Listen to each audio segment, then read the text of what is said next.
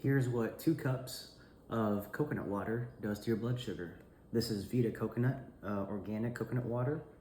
The serving size is 8 fluid ounces, 30 calories, 8 grams of carbs, 5 grams of that is sugars, and 0 added sugars.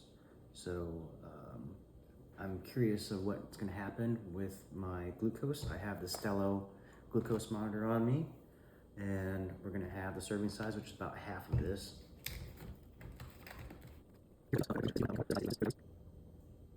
All right, all done.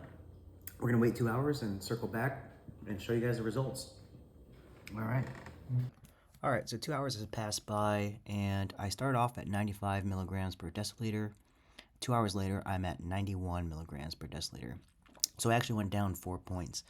You can see in the middle, I peaked at about 108 milligrams per deciliter, so that's 13 points up, but it slowly went back down.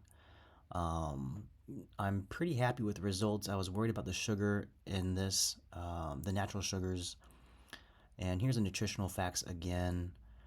Definitely something I'm happy with, and I'll be continuing drinking this and not worrying so much about it spiking up my glucose.